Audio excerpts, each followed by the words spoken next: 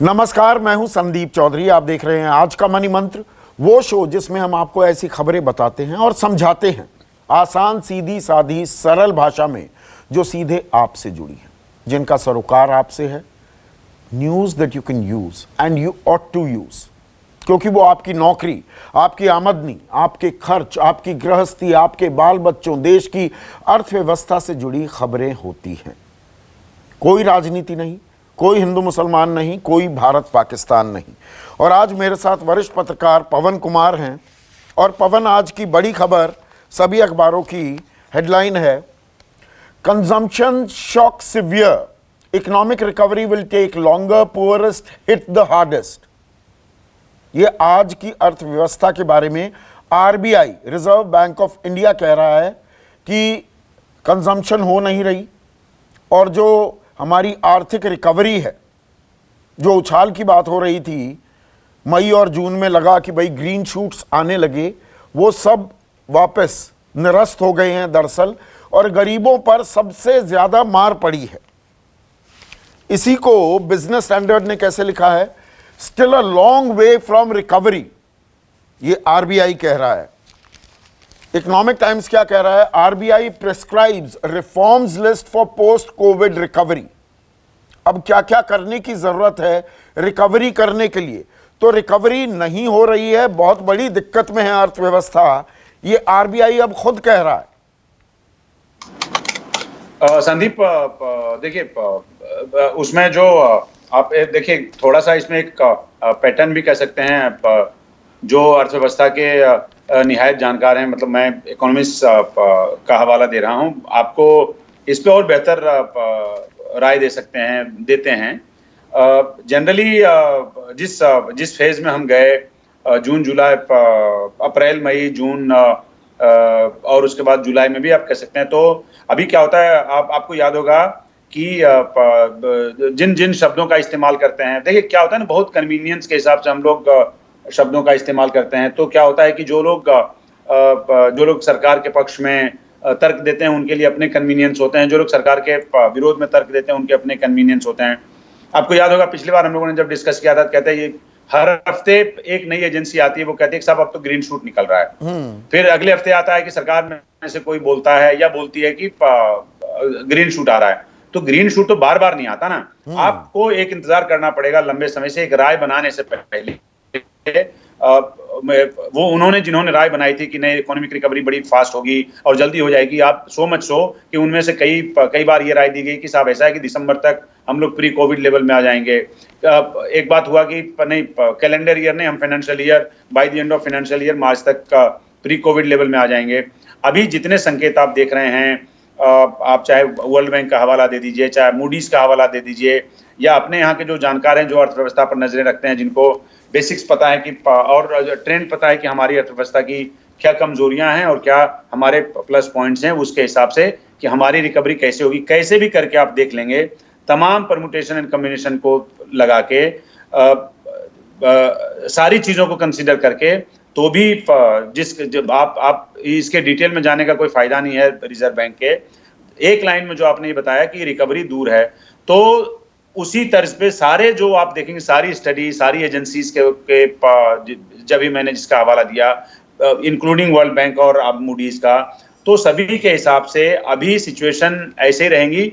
थोड़े टाइम तक आपको इससे लगेगा जैसे कि रिकवरी हुई या हो रही है, फिर आपको लगेगा कि एक स्टैंड स्टिल, एक टाइम आ गया कि अच्छा कुछ आगे बढ़ता हुआ सा नहीं दिख रहा है। तो कुल मिलाकर आप देखेंगे तो आगे एक साल, मतलब आप 1.5 साल हम कहेंगे उस हिसाब से, तो कि बाय द एंड ऑफ 21 देखेंगे आप, तो उसके हिसाब से आपको आरबीआई क्या कह रहा है पवन, उनके प्रपोजल्स क्या क्या हैं कि आप मोनेटाइज कीजिए एसेट्स को। आसान भाषा में कहूं, मतलब जहां पर सरकार की मौजूदगी है, वो स्टील में हो, कोल में हो, पावर में हो, जमीन, सरकारी जमीन बहुत हैं, रेलवेज, आप उन्हें मोनेटाइज कीजिए, मतलब बेचने की बात की जा रही है। जो मेजर पोर्ट्स हैं उनको प्राइवेटाइज कर दीजिए। यहां पर फिस्कल डेफिसिट, वित्तीय घाटे से फैसिनेशन अभी आरबीआई की खत्म नहीं हुई है, तो वो कह रहे हैं प्राइवेट स्पेंडिंग हो, कंपनियां पैसा लगाएं, अभी सरकार के पैसे लगाने की बात नहीं हो रही है। जबकि आप जितने भी अर्थशास्त्रियों की बात कर रहे हैं वो कह रहे हैं सरकार को पैसा लगाना पड़ेगा। ये इंटरनेशनल मॉनेटरी फंड या वेस्ट से जो हमारी फैसिनेशन है कि हम वित्तीय घाटे को कंट्रोल में रखते हैं, ये वक्त वित्तीय घाटे की बात करने का नहीं है, पर आरबीआई अभी भी फैसिनेशन दिखा रहा है। देखिए, दो बातें इसमें, आपके आपके सवाल के दो हिस्से हैं। एक तो आप कह रहे हैं कि वित्तीय घाटे, देखिए ऐसा है कि जो आपके पास हालात हैं किसी भी अर्थव्यवस्था में, तो इस वक्त ये चिंता करने का नहीं है कि आपको वित्तीय घाटा, उसके लिए पर्याप्त सरकार ने इंतजाम भी किए, सरकार ने ऑलरेडी रिलैक्स किया हुआ है। देखा आपने, बोरोइंग सरकार ने बढ़ाने की घोषणा की है।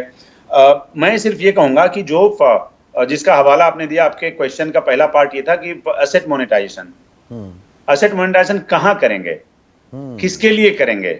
एसेट मोनेटाइजेशन जो अभी देखिए, दो तरह के प्रयास सरकार में चल रहे हैं संदीप। एक तो ये कि जितनी भी पीएसयूज हैं उसके पास जो खाली जमीनें हैं, जो आइडल पड़ी हुई जमीनें हैं, या वो जो है जिस पे कोई काम अभी नहीं हो रहा है, या जो लीज पे सरकार, राज्य सरकारों ने से लिया लेकिन उसका कोई इस्तेमाल नहीं हुआ, उसको बेचें। इसके लिए सरकार 3 साल से प्रयास कर रही है। और अभी कोविड से पहले की बात कर रहा हूं, जब मार्केट फिर भी ठीक था उस हिसाब से, तब भी एसेट मोनेटाइजेशन के मामले में जिन एसेट्स को उन्होंने आइडेंटिफाई किया था, वो एसेट्स वो रिजॉल्व, उसका रिजोल्यूशन नहीं कर पाए। 2,10,000 करोड़ का विनिवेश होना था, 1 रुपए का अभी तक विनिवेश नहीं हो पाया। दो हिस्से वो अभी एसेट मोनेटाइजेशन की बात कर रहे हैं। अभी फिर भी ये कहूंगा कि भारत सरकार उस पर काम कर रही है। काम कब तक हो पाएगा इस पे कोई नहीं बता सकता, मैं भी नहीं बता सकता आपको शायद, जिस स्पीड से चल रहा है। दूसरा डाइवेस्टमेंट का आपने एग्जांपल दिया, तो डाइवेस्टमेंट पे जो अभी जो रिजॉल्व है और जो आपके पास जो आपके पास एल्बो रूम अवेलेबल है, उसमें बहुत ज्यादा का फर्क है। वो कहाँ होता दिख रहा है? आपने देखा कल एयर इंडिया का जो ईओआई का लास्ट डेट था 31 जुलाई, उसको बढ़ा के आप उसके बाद 31 अगस्त का उसको बढ़ा के अक्टूबर कर दिया गया है। तो आप देख रहे हैं कि बार बार आप खिसकाते जा रहे हैं ईओआई की तारीख, तो इसका मतलब उसके थोड़ा सा आसान कर दीजिए। ईओआई मतलब जो एक्सप्रेशन ऑफ इंटरेस्ट की कौन खरीदना चाह रहा है, अब उसकी तारीख बढ़ती जा रही है। वो इंटरेस्ट दिखाएगा सरकार को कि आप ये लोग हैं जो इंटरेस्टेड कल को हो सकते हैं। तो फाइनली जब वीडियो होगा उसमें वो हो सकते हैं, नहीं भी हो सकते हैं, लेकिन आप देखेंगे। तो मैं सिर्फ ये कह रहा हूं कि जो लोग इंटरेस्टेड होंगे खरीदने में, जो उसके खरीदार हैं, हम और आप तो एयर इंडिया नहीं खरीद सकते ना, जो खरीदार हैं वो नहीं है, और या फिर नहीं दिख रहे हैं आसपास में, कम से कम इस डेट में नहीं आए, तो अभी उसका 2 महीने की तारीख आपने बढ़ाई। इसी तरह से बीपीसीएल का भी ऑलरेडी बढ़ाया हुआ है। तो मैं ये कह रहा हूं कि आप बेचेंगे तो, लेकिन इस मार्केट में खरीदने वाला भी होना चाहिए। तो लिहाजा ये कि एसेट मोनेटाइजेशन किसके लिए, कहां, कब, इन सवालों के जवाब भी तो होने चाहिए ना। तो आप, अब सरकार कह रही है, आरबीआई कह रहा है कि भाई प्राइवेट स्पेंडिंग बढ़ानी पड़ेगी, ट्रांसपोर्ट में, हॉस्पिटैलिटी में, रिक्रिएशन में, पर प्राइवेट स्पेंडिंग बढ़ेगी कैसे? इसी से जुड़ी एक और खबर है, firms use tax cut to pare debt, need government spending. ये जो सरकार ने उद्योगपतियों को, उद्योग जगत को कॉर्पोरेट टैक्स में राहत दी, तो वो राहत जो लोगों को मिली, उन्होंने उसमें अपना कर्ज कम करने की कोशिश की, और जो पैसा आया उस पैसे पर वो बैठ गए हैं, वो लगाने को तैयार नहीं। तो यहां पर सीधी इंडिकेशन, संकेत ये मिल रहे हैं सरकार को पैसा लगाना पड़ेगा, उद्योगपति पैसा लगाने को तैयार नहीं है। तो ये कैच 22 हो गई, जो आप कह रहे हैं ना, सरकार के पास पैसा नहीं है पर लगाना सरकार को पड़ेगा, उद्योगपतियों के पास है पर वो उस पर बैठ गए हैं। संदीप, पिछले जिसका हवाला आप दे रहे हैं कॉर्पोरेट टैक्स में कटौती का, ये जहां तक मुझे याद है पिछले मिड सितंबर के आसपास का फैसला है। आप देखेंगे उस वक्त भी हमारे जैसे जो लोग हैं जो थोड़ा बहुत इकोनॉमी को समझने की कोशिश करते हैं, मेरे जैसे जो इकोनॉमिक्स के स्टूडेंट हैं, मैं अपने आप को ये कहता हूं, तो हम तभी से बोल रहे हैं कि साहब ऐसा है कि ये पैसा नहीं आएगा सिस्टम में। क्योंकि जब आप बात करते हैं उद्योगपति से, तो देखिए जब सरकार के पिछले साल भी ग्रोथ रेट आप देख लीजिएगा, पिछले साल भी इकोनॉमिक्स में सेंटिमेंट देख लीजिएगा, पिछले साल भी आप भारत सरकार के हमारी जो इकोनॉमी है उसका सेंटिमेंट देखिएगा, तो ये पिछले साल जब से सितंबर में इन्होंने कॉर्पोरेट टैक्स कम किया था, तभी से ये दिख रहा था कि ये जो टैक्स में जो टैक्स पेयर्स के पास, जो कंपनीज के पास पैसे बचे हैं, इसका इन्वेस्टमेंट हो नहीं रहा है, वो कहीं दिख नहीं रहा था। गाहे बगाहे आप जब इंडस्ट्रियलिस्ट से बात करते थे तो भी आपको पता चलता था कि साहब ये पैसा कहीं इन्वेस्ट होना नहीं है। तो उसी वक्त वो क्लियर हो गया था। अब आप देखिए सिचुएशन क्या है कि अभी सरकार के पास पैसा नहीं है, इंडस्ट्रियलिस्ट के पास पैसा है, तो वो इस सेंटिमेंट में वो इन्वेस्ट नहीं करना चाहते अभी इस वक्त में, जब तक कि थोड़ा सा और बेहतर इकोनॉमी करता हुआ नहीं दिखेगा, उस पैसे के निकलने की आप गुंजाइश बेहद कम है। तो ऐसे में सिचुएशन अभी ऐसी ही रहनी है। अभी जब स्पेंडिंग बढ़ेगी वो सरकार की तरफ से बढ़ना चाहिए और बढ़ेगा, मैं ये कह सकता हूं आपको। इसके तरीके सरकार के पास और ढूंढने होंगे। अभी मिलने तरीके इतनी जल्दी इस बात के बेहद कम आसार दिखते हैं, लेकिन अल्टीमेटली सॉल्यूशन वहीं से आना है। हम आपको बता दें कि प्राइवेट सेक्टर का इन्वेस्टमेंट अभी नहीं बढ़ेगा, कम से कम इस सूरत में, जब तक की सिचुएशन थोड़ी ऊपर जाती हुई नहीं दिखे, जब तक अपटिक नहीं दिखेगा इकोनॉमी में, तब तक प्राइवेट। ये खबर भी छापी है, government hints at fresh stimulus once cases dip. जब संक्रमण के केसेस कम होने लगेंगे तभी दूसरा फिस्कल स्टिमुलस आ पाएगा। अभी तक तो जो तरलता दी थी वो तरलता की बात है, सही मायने में वो मॉनेटरी स्टिमुलस था। फिस्कल स्टिमुलस यानी कि आपकी जेब में भी कुछ पैसा है, उसे आने में पहले कोरोना के केसेस को डिप करना होगा। ये सरकार की तरफ से संकेत आ रही। देखिए ये इस बात पे इस सरकार में से ये समझिए कि इस तरह की खबरें निकाल लेना कि तैयारी हो रही है, ये तैयारी हो चुकी है, थोड़ा सा मुश्किल काम है। इनके यहाँ डिसेमिनेशन ऑफ इंफॉर्मेशन थोड़ा सा है उस किस्म का। हाँ। पर आप ये जरूर कहेंगे कि देखिए इन्होंने 2 बार अनाउंस करके देखा। आपको याद होगा, एक पैकेज का इन्होंने ऐलान किया ठीक कोविड के शुरू होने पे, और दूसरा इन्होंने मई में किया, जिसको इन्होंने नाम दिया कि ये सब 20 लाख करोड़ का पैकेज है। मेरा हंस ये कहता है संदीप कि ये इस बात का इंतजार कर रहे हैं कि देखिए हम अभी पता है एक सबसे बड़ी बेचैनी सरकार में क्या है संदीप, कि इनको लगता है कि हम कुछ अनाउंस करें। मुझे ऐसा लगता है, ये जब आप 10 लोगों से बात करेंगे तो आपको समझ में बात आएगी। ऐसा लगता है कि ये कुछ करें और पता चला कि अभी कोविड का विस्तार और हो जाए और जो उन्होंने किया वो कल को ऊंट के मुंह में जीरा हो जाए। तो इस पे फाइनली एक सीन देख लिया जाए, फाइनल सेंस ऑफ क्लोजर मिल जाए कि साहब ऐसा है कि अब ये स्टेबलाइज कर गया है, तो लिहाजा अब जब ये करेंगे तो इसका एक फायदा दिखेगा भी, और फायदा दिखेगा ग्राउंड लेवल पे भी, और फायदा दिखेगा लोगों की स्मरण शक्ति में भी। तो मेरे ख्याल से उस वक्त का इंतजार है। शायद पूरी दुनिया की सरकारें वही करती होंगी, क्योंकि मेरा अपना मानना है संदीप की आप पॉलिटिक्स और इकोनॉमिक्स पूरी दुनिया में एक ही तरीके से चलता है, थोड़े बहुत फेरबदल के साथ। तो शायद इस बात का सरकार को इंतजार हो कि साहब हम जब डिसीजन लेना चाहते हैं तो पहले देख लेते हैं कि कोरोना किस हद तक हमें हमारा नुकसान करता है। पर दिक्कत भी आ रही है। देखिए कल तो जीएसटी काउंसिल की, और अब ये सबसे इंपॉर्टेंट काउंसिल हो गई है दरअसल देश में। जीएसटी काउंसिल की कल बैठक है, कल 27 तारीख है।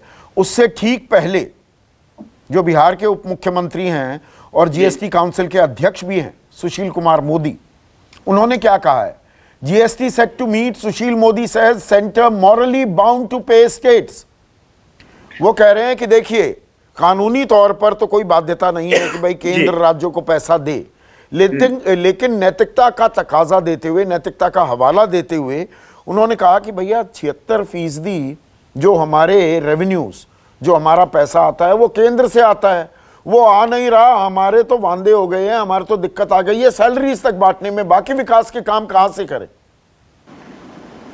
ये सुशील कुमार मोदी कह रहे हैं, घटक हैं वो सरकार के। सुशील कुमार मोदी भी कह रहे हैं, केरला से भी आवाज आ रही है। आपने देखा 3 महीने से इस पे पंजाब के सीएम बोल रहे हैं। मैं सिर्फ आपसे ये कहना चाह रहा हूं कि इनके कहने से भी नहीं होगा। देखिए केंद्र सरकार खुद की तंगी में है।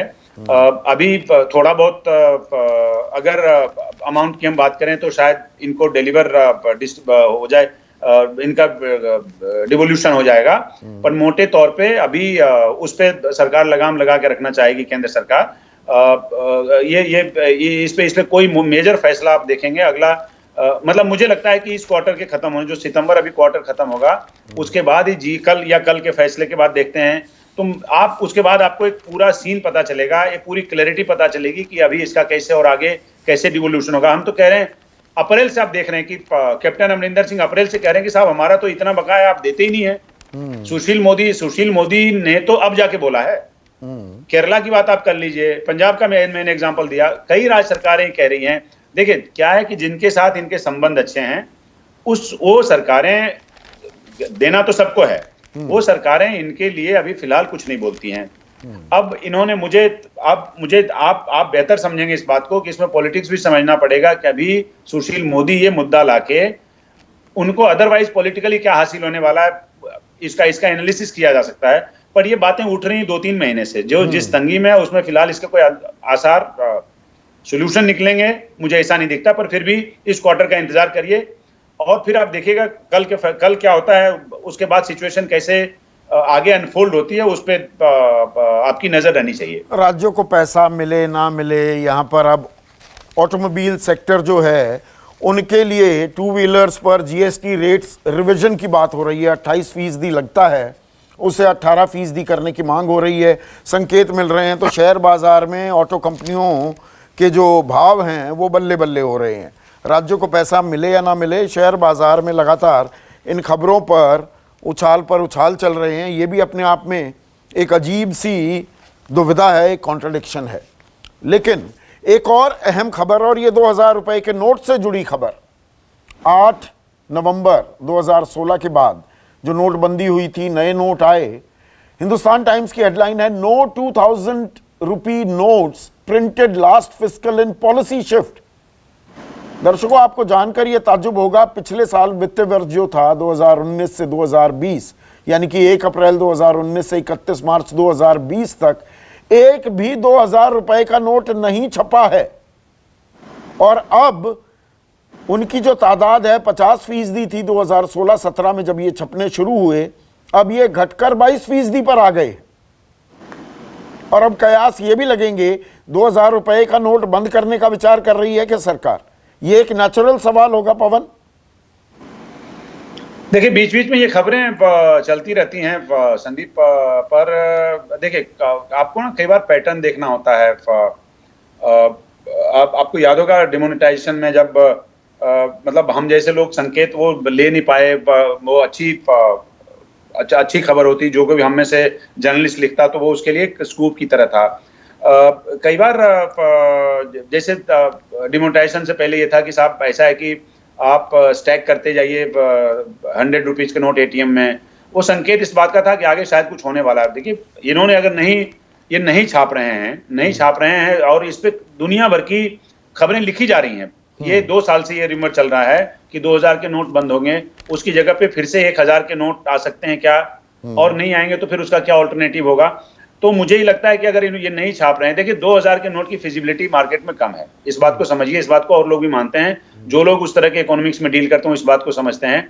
तो 2000 नोट्स को हम ये उम्मीद करते हैं, मतलब उम्मीद करते हैं, या आप समझिए कि मेरा एंटिसिपेशन है कि शायद 2000 का नोट फाइनली नेक्स्ट फिस्कल से या नेक्स्ट टू नेक्स्ट फिस्कल से शायद बंद हो। तो ये उस दिशा में एक कदम हो सकता है। वरना कोई वजह नहीं बनती कि आप नोट्स अगर सर्कुलेशन में है, जब फिजिकल नोट से जो फिजिकल करेंसी है उसका सर्कुलेशन बढ़ा है, जो 15 लाख 16 लाख करोड़ से बढ़ के 22 लाख करोड़ पे पहुंच गया,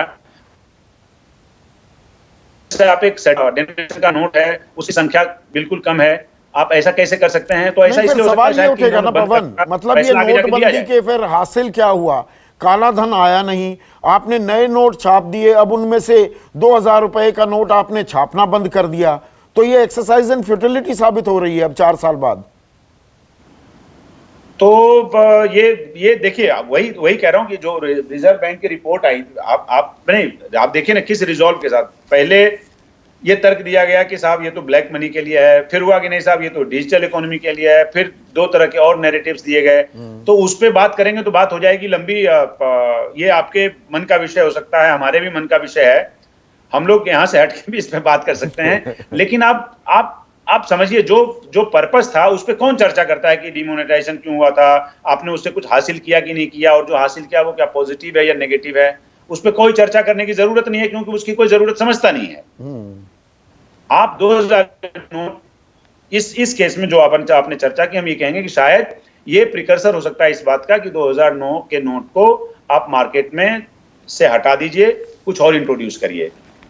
ठीक है, आखिरी खबर, और ये अहम खबर है, नीट और जेईई की हमने लगातार बात की है, आपको मालूम ही है सरकार ने फैसला कर लिया है 1 से 6 सितंबर के बीच जेईई यानी कि जॉइंट एंट्रेंस एग्जाम जो इंजीनियरिंग छात्रों के लिए होते हैं, और नीट जो मेडिकल छात्रों के लिए, वो 13 सितंबर को इम्तिहान होने हैं। बहुत से लोगों ने इसके खिलाफ आवाज उठाई है। अब इसमें 2 और बड़े चेहरे जुड़ गए हैं। Naveen Mamata join chorus to postpone exams, Pokhriyal firm. अब पश्चिम बंगाल की मुख्यमंत्री और उड़ीसा के मुख्यमंत्री दोनों कह रहे हैं कि देखिए जी, इसको पोस्टपोन कीजिए, और इसके पीछे वजह भी बताई गई हैं। अब नवीन पटनायक कह रहे हैं कि देखिए, हमारे यहाँ पर जो आपने सेंटर्स बनाए हैं वो 7 शहरों में हैं, वहाँ तक पहुँच नहीं पाएंगे बहुत सारे लोग, इसमें दिक्कत आने वाली है, तो आप इसको थोड़ा सा पोस्टपोन, मुलतवी कीजिए। लेकिन शिक्षा मंत्री रमेश पोखरियाल निशंक कह रहे हैं कि नहीं, इम्तिहान तो होंगे। तो ये असमंजस फिर बढ़ गया है।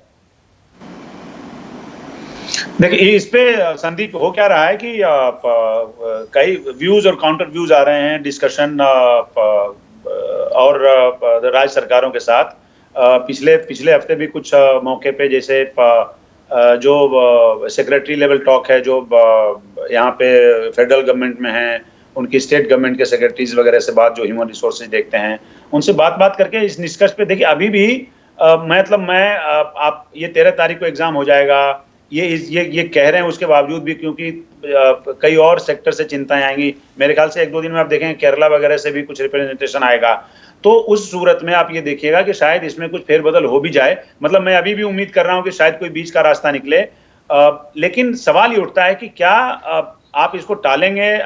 जैसे एक प्रोसीजर्स कीजिए जो सबको सूट करे, कुछ ऐसा बीच का रास्ता निकाला जाए। लेकिन सवाल ये उठता है कि ऐसी स्थिति पड़ी हुई है जिसमें ये कि जो सबको सूट करे, वो का उसका तरीका क्या हो सकता है, उस पर क्या 1-8 महीने अगर पोस्टपोन करेंगे, मान लीजिए इसको मिड अक्टूबर में आप ले गए, तो मिड अक्टूबर में ले जाके क्या ज्यादा फिजिबल सोल्यूशन निकल आएगा, ज्यादा माकूल माहौल पैदा हो जाएगा?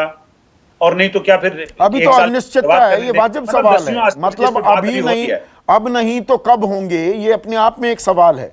और यहाँ पर सरकार क्या कह रही है, जो एनटीए है, एनटीए के डायरेक्टर, ये नेशनल टेस्टिंग एजेंसी जो ये इम्तिहान कराती है, इन्होंने कहा कि 8,58,000 छात्र हैं, उनमें से 7,25,000 ने फॉर्म डाउनलोड कर लिए,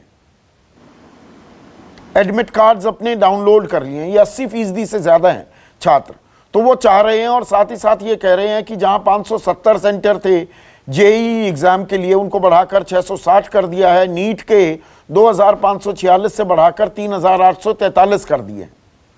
तो सरकार तैयारियां भी कर रही है, सोशल डिस्टेंसिंग की भी बात आ रही है। क्या नहीं, आप ये सबसे पहले एक बात कहूंगा, इन्होंने कहा कि 80% ने एडमिट कार्ड डाउनलोड कर दिया, तो क्या हो गया, इससे क्या फर्क पड़ता है? क्या दोबारा से नहीं हो सकता? क्या पहले ऐसा नहीं हुआ कि आप डेट के चेंज कर सके हैं? ऐसा नहीं, वो ये कह रहे हैं कि 80% से ज्यादा ने अगर फॉर्म डाउनलोड कर लिए तो वो इम्तिहान देना चाहते। नहीं तो क्योंकि अभी आपने ऑप्शन नहीं छोड़ा, स्टूडेंट तो खुद ही डरे हुए हैं। स्टूडेंट से आप जाके पूछेंगे तो वो खुद ही डरे हुए हैं। मैं सिर्फ ये कह रहा हूं कि बीच का रास्ता नहीं। देखिए, पर्पस सिर्फ ये है कि वो एग्जाम दें, उनको देरी ना हो, और उसके साथ साथ उनको जो अच्छी सेहत की सेफ्टी के लिए जो प्रोसीजर्स हैं वो सारे फॉलो हों, बच्चे हमारे हैं, बच्चे स्वस्थ रहें।